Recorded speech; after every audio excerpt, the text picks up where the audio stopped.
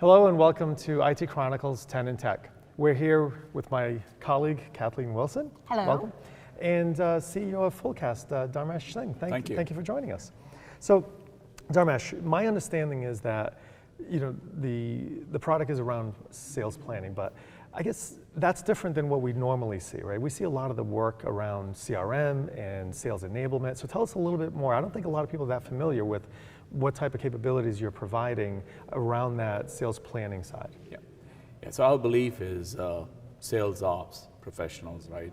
They are the only ones left right now working mostly out of Excel or point solutions, right? So you have CRM for the salespeople and sales managers, and then for the SDRs you have outreach and sales ops. But ops is basically drowning in Excel, and so and they do a lot of tactical work, right? And so so we are automating the entire cycle all the way from sales planning to sales execution. So what we mean by that is your ability to create your go-to-market plan, to do territory segmentation, to set quotas, target assignments, and then manage the ongoing moves, adds, and changes of people as people change role or somebody leaves. What do you do with their accounts? How do you give them quota, right?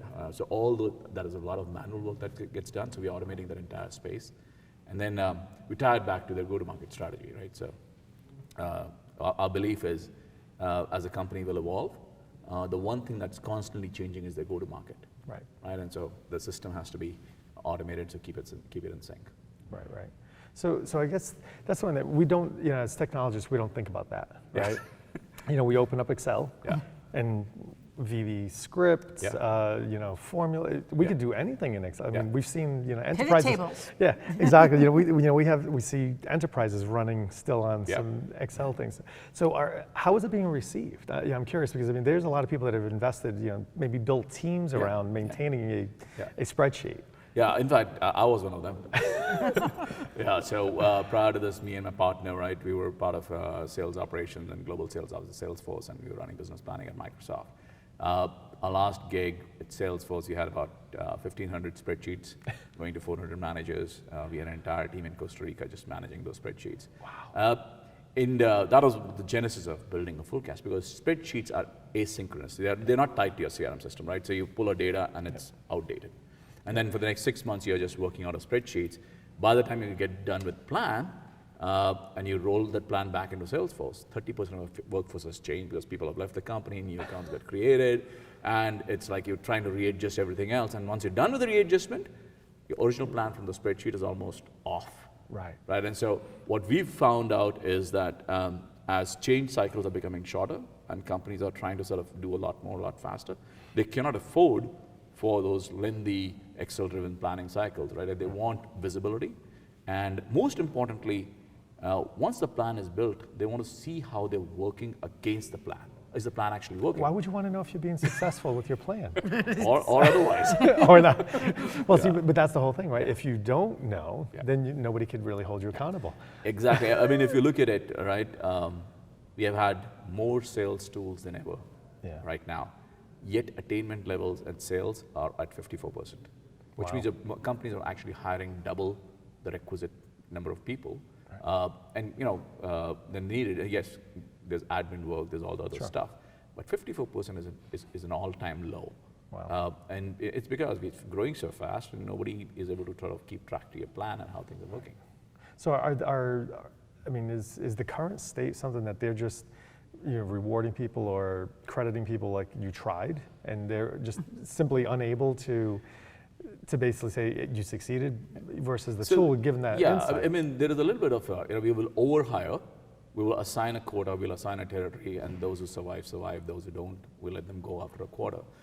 But there's a cost for doing that, right? It takes time for a new one, someone to come in, ramp. It's not the most efficient way of growing company, which is why you see a lot of these companies. We saw the CNBC had an article on DocuSign and Zuora and all these other companies that when they've come into the public limelight, they're getting killed because their sales you're missing your numbers, and the reality is because as they've grown, their go-to-market has constantly evolved. When they were a private company, there was not that much attention. But as you're growing now, it gets very hard to scale and without any automation there. Right. Yeah, and I think it's an area where we haven't done a lot of benchmarking either on. So, because like if you're tracking something in Excel and you're tracking something in CRM, how do you actually, benchmark or even understand what it takes from, the ideation phase to the actual execution phase? Yeah. So, do you see, or are you starting to collect like some industry-based benchmarks on different, like maybe banking or software companies? Like, could we possibly start seeing, some industry benchmarks around how these processes work? So today we don't have it. Yes. Because we don't have that much install base, right? And CRM data is notoriously dirty. So our goal is that eventually, right, we will have peer benchmarks, so we can tell people that companies that are driving your level of deal sizes in your industry, right? This is the average ramp time they have for reps.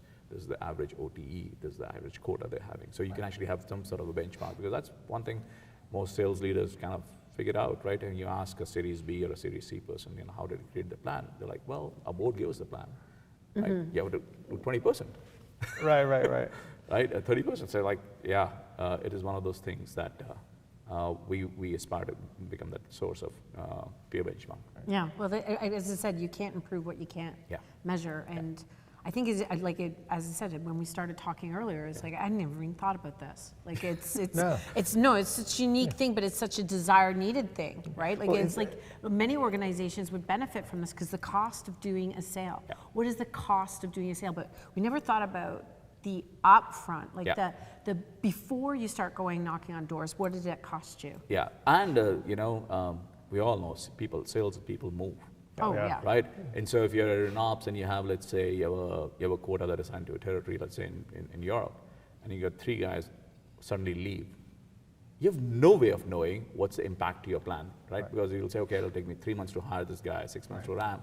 What does it do to my quota? And if you have even if you have an early warning system that those people have left, you can do course correction. You can say, okay, I'm going to reallocate this quota somehow, right? But today with Excel and CRM as 2 different systems, those systems never talk.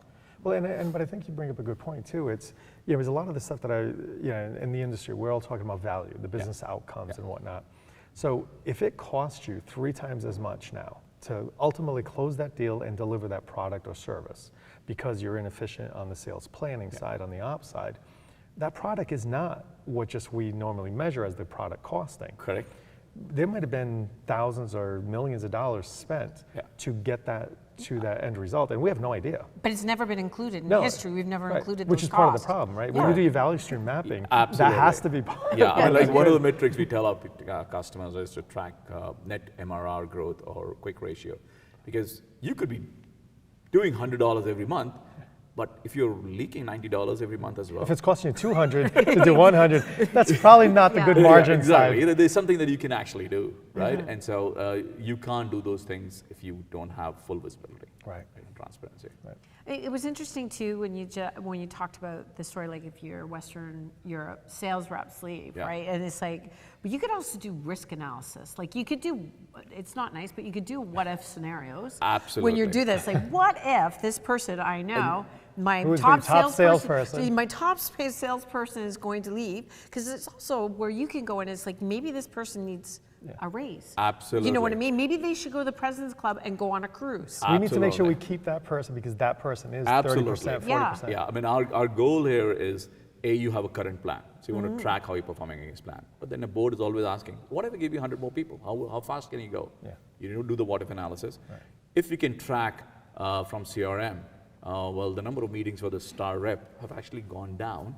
It's an early warning system that, what's happening. His activity levels historically been low. Right. Someone's need to have a conversation with his manager and just have that discussion, right? So absolutely. Yeah. Well, I mean, there's so many different what if scenarios, right? It's like, hey, we heard about a new company coming into this market space, but they're only Eastern European or they're North Americans. What is our risk there? Yeah. Absolutely, and those are things that never get captured because CRM is a very transactional system. Close an opportunity, done, you move on. Right. Well, it's I'm curious to see how this goes, because I mean it's obviously an area I think we've all experienced the detriments of it not having tools and capabilities around. So I'm curious to see how this really goes. I think there's definitely a lot of opportunity there. Yeah, we have a booth here on the I know, floor. I'm going over to the we booth gotta next. go get a shot. I have to go over to the booth and get. I want to see. Yeah, we That'll need be to see awesome. it. Okay, I'd that would love be to show great. it, Get a yeah. demo. So again, we'd like to thank you, Dharmesh, for spending 10 minutes of your busy day with us to tell us more about what you're doing around full life cycle Full management. cast. It's like full cast, full life cycle management. That's right. We took it off forecast and Fullcast. Full cast, Full cast your forecast. forecast. Correct. Thank you. Thank Thank you, Dharmesh. Jonathan. Thank you, Carlos.